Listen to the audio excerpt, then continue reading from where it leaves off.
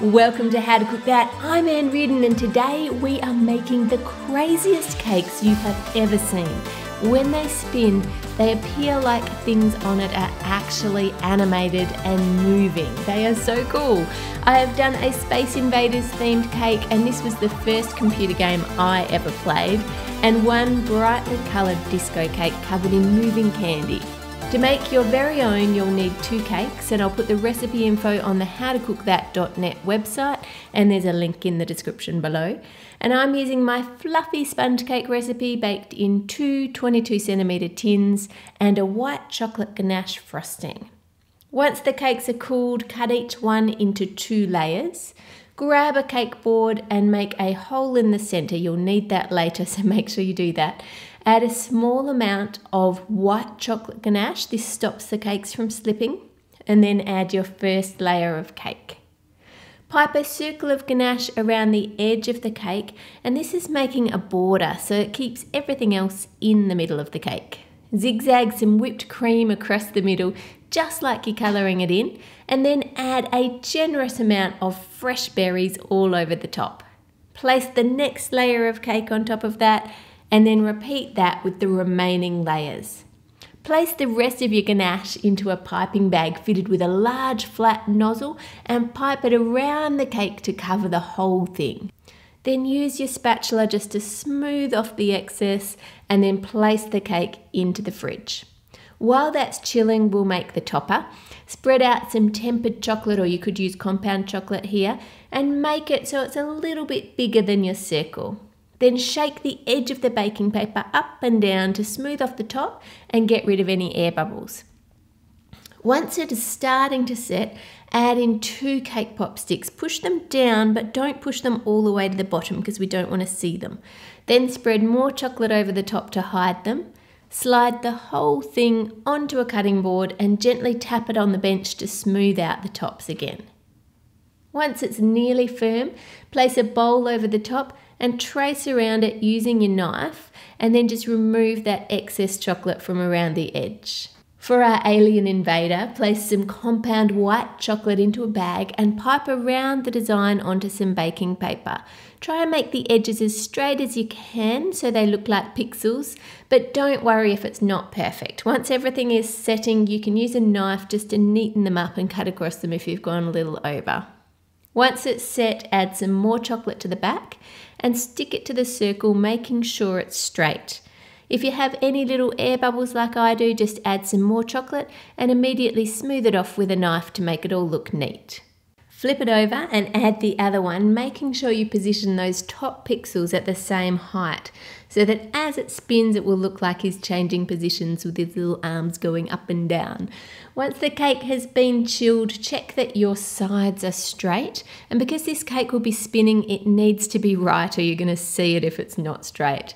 If it's not quite right, just add more ganache, fix it up and put it back in the fridge to firm up.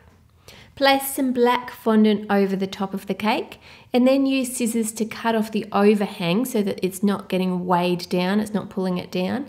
And then you want to cut off right up to the edge of the cake so that you're left with a nice neat circle like a disc sitting on top of the cake. Now take your edible icing sheets. Now these are just really thin icing that's been printed using food colouring.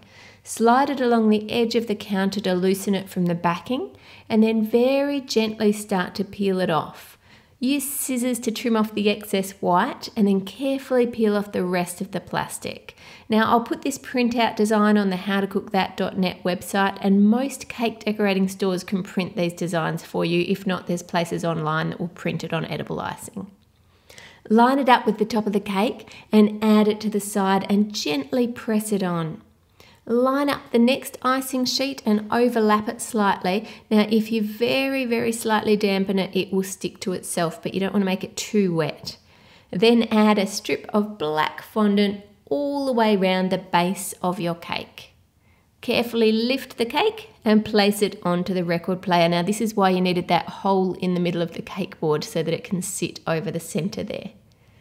To make your core cannon, or the little ship that shoots down the bottom, roll out some green fondant and cut around it. Take out the little corners and then use your knife to straighten up the edges. Now cut a rectangle of black fondant and add it to the base. This is just going to lift it a bit higher and then place that just in front of your cake. Find the center of the top of your cake. Now you should definitely use a ruler to make sure you get this in the right spot. And then push the alien lollipop down into the top. And now you have a geeky looking Space Invaders cake, and everyone will wonder why it's on a record player. Turn it on and you'll see the top alien animate, but the other aliens are just a blur, and this is where the magic happens. Look at the cake with a camera and turn the shutter speed up to 1/500th of a second or faster, and all of a sudden the blur turns into animated little aliens going across your cake. It's so cool. This works a bit like a Zoe trope, but we are using the speed of the record player, the exact spacing of the aliens, and the shutter speed on the camera to get this effect. This is a cake for the true geek. They will love it. If you like the effect but you want something other than Space Invaders, then cover your cake in some bright fondant and add your decorations. As I was saying before, the spacing is really important. Now I've made up some templates or spacing guides for you. Just print them out, wrap them around the cake, and use that to space your decorations in the right places, and then take the paper off. Turn the record player on and the decorations will dance around the cake. Different spacing will make it appear like they're going forwards or backwards around the cake. But as long as you keep them evenly spaced, you can play around with turning them as they go around or pushing them into the cake like these yellow ones. Just make sure they complete their movement in one turn of the cake. These cakes are so much fun, and then of course they taste amazing too, with fresh berries and cream and white chocolate ganache. Subscribe to How to Cook That for more crazy sweet creations. Click here for the recipe and the printouts. Click here to see all my other cake videos. Here for last week's raspberry inside dessert, and here for my YouTube channel.